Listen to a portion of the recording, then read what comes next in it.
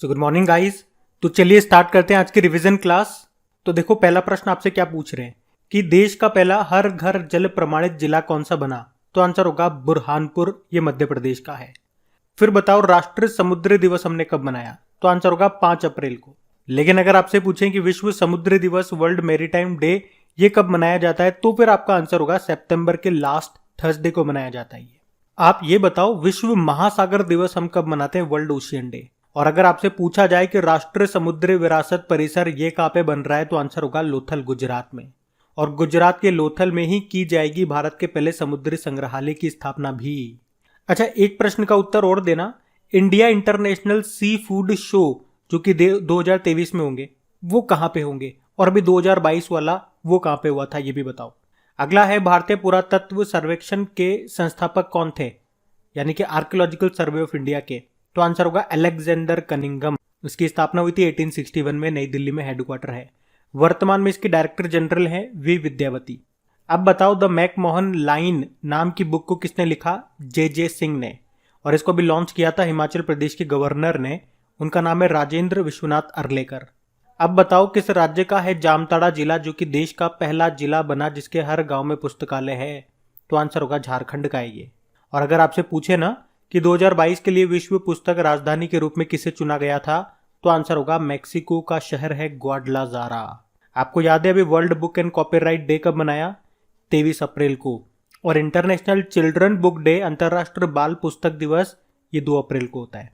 अब आप बताओ एशिया कप 2022 ये किसने जीता। श्रीलंका ने जीता है पाकिस्तान को हरा करके।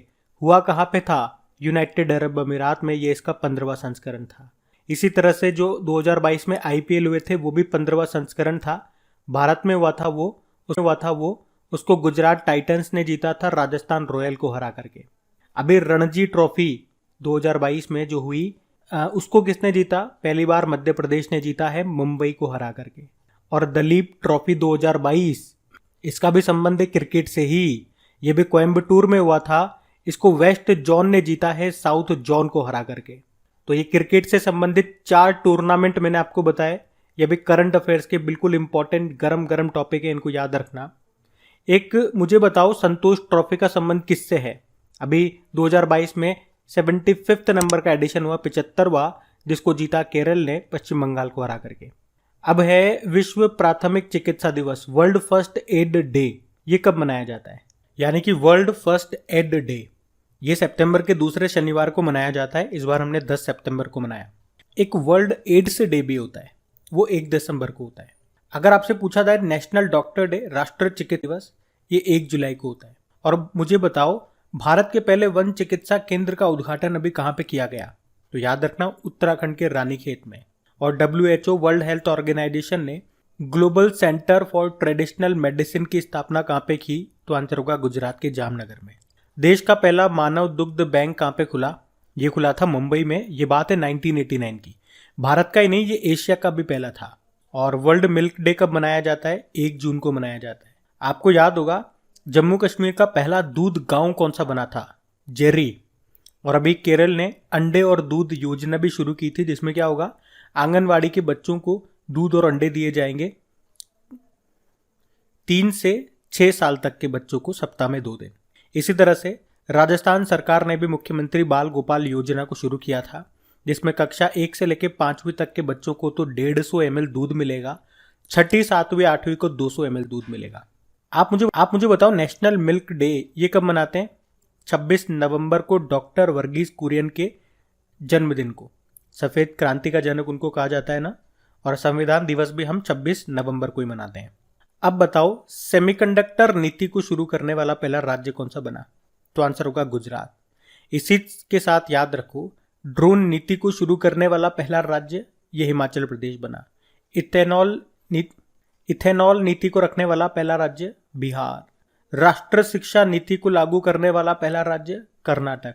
परंतु अगर आपसे पूछे कि प्री प्राइमरी स्तर पर न्यू एजुकेशन पॉलिसी को लागू करने वाला पहला राज्य, तो फिर उत्तर आपका होगा उत्तराखंड। और ई वाहन को मंजूरी देने वाला पहला राज्य ये भी कर्नाटक है। बताओ कौन सा राज्य 18 दिसंबर को अल्पसंख्यक अधिकार दिवस मनाएगा, तो आंसर होगा तमिलनाडु।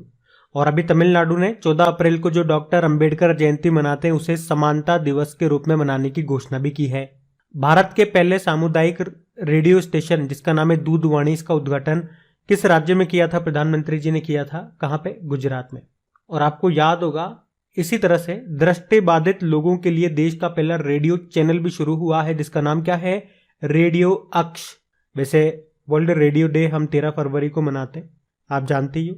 थीम क्या थी लेकिन? Radio and trust. अब बताओ किसे Commonwealth points of lights award के लिए चुना गया? तो आंसर होगा किशोर कुमार दास को, ये बांग्लादेश के हैं। बैडमिंटन एशिया चैंपियनशिप 2022 का आयोजन ये कहां पे हुआ? तो आंसर होगा मनीला, फिलीपींस में। किसने एमिलिया रोमाग्ना ग्रैंड प्री का खिताब जीता था? ये फॉर्मूला 1 रेस है, मैक्स वर्स्टपन ने। ये नीदरलैंड के ड्राइवर हैं और किस कार कंपनी के हैं? तो रेडबुल के हैं। विश्व बौद्धिक संपदा दिवस ये हमने मनाया 26 अप्रैल को।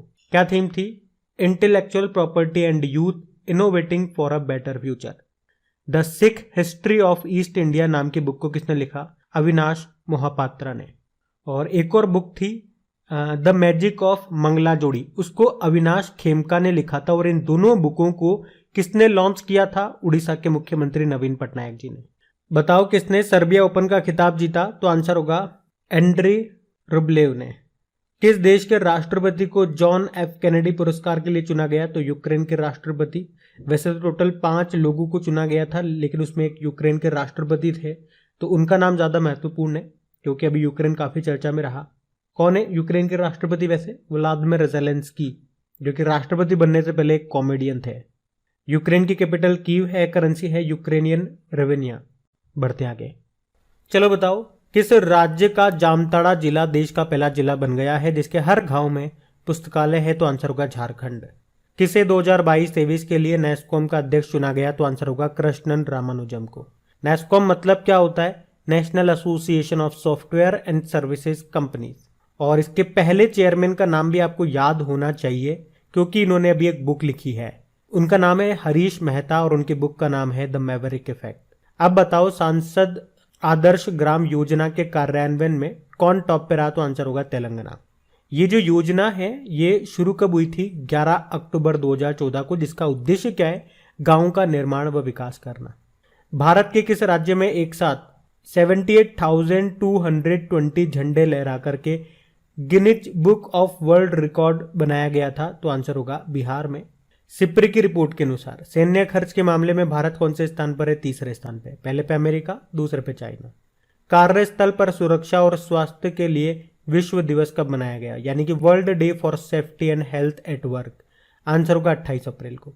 थीम क्या है? Act together to build a positive health and safety culture. भारतीय पुरातत्व सर्वेक्षण के द्वारा किस राज्य में स्थित असुरगढ़ किले की बस्ती की रेडियो कार्बन डेटिंग की गई? तो आंसर होगा उड़ीसा की। इससे हम पता क्या करते हैं? रेडियो कार्बन डेटिंग से उसकी एज, आयु का पता लगाया जाता है कि कितनी पुरानी है। और इससे क्या पता चला? ये पता चला कि ये जो बस्ती है 9वीं ईसा पूर्व की है। आदित्य बिरला कैपिटल ने किसे अपने अगले सीईओ के रूप में चुना? तो आंसर होगा विशाखा मुले को। और जून 2022 को वर्ल्ड ट्रेड ऑर्गेनाइजेशन का जो 12वां मंत्री स्तरीय सम्मेलन है वो कहां पे हुआ? तो आंसर होगा जेनेवा में। वर्ल्ड ट्रेड ऑर्गेनाइजेशन स्थापना 1995 में, जेनेवा स्विट्जरलैंड में हेडक्वार्टर। और इसकी पहली महिला डायरेक्टर जनरल कौन है? नागोजी ओंकाजा-इवेला, ये नाइजीरिया से है। वैसे वर्ल्ड ट्रेड ऑर्गेनाइजेशन का नवीनतम सदस्य देश कौन सा है? तो 164 नंबर का है, नाम है अफगानिस्तान। भारत सरकार ने किसके साथ मिलकर women change makers video series शुरू की थी? तो आंसर होगा नेटफ्लिक्स। तो अब हम कल के करंट अफेयर्स को डिस्कस करने वाले। तो कल के करंट अफेयर्स को हम लोग रिवाइज करते हैं। तो बताइए भारत का पहला एक्वा पार्क यानी कि फिश म्यूजियम ये कहाँ पे स्थापित होगा? तो आंसर होगा अरुणाचल प्रदेश में। और इसे स्थापित किया जाएगा प्रधानमंत्री मत्स्य संपदा योजना के तहत। और ये योजना कब आई थी? 2019 में, जिसका उद्देश्य क्या है? देश में एक मजबूत मत्स्य प्रबंधन ढांचा स्थापित करना। अब बताओ इलाबेन भट्ट का निधन हो गया। वे क्या थी? वो सामाजिक कार्यकर्ता थी। वे स्वरोजगार महिला संघ सेवा की संस्थापक थी और इनका भी निधन हो गया। भारत का 53वां टाइगर रिजर्व कौन सा बना? रानीपुर टाइगर रिजर्व बना है। ये उत्तर प्रदेश का चौथा है और देश का 53वां है, ये याद रखना। वैसे इससे पहले उत्तर प्रदेश के 3 कौन कौन से हैं? Dudhwa tiger reserve, Pilibhit tiger reserve, Amangarh tiger reserve और अब ये चौथा हो गया रानीपुर टाइगर रिजर्व। ये उत्तर प्रदेश के बुंदेलखंड क्षेत्र के चित्रकूट जिले में स्थित है। अब बताओ, न्यूक्लियराइजेशन ऑफ एशिया नाम की बुक को किसने लिखा? रेने नाबा ने।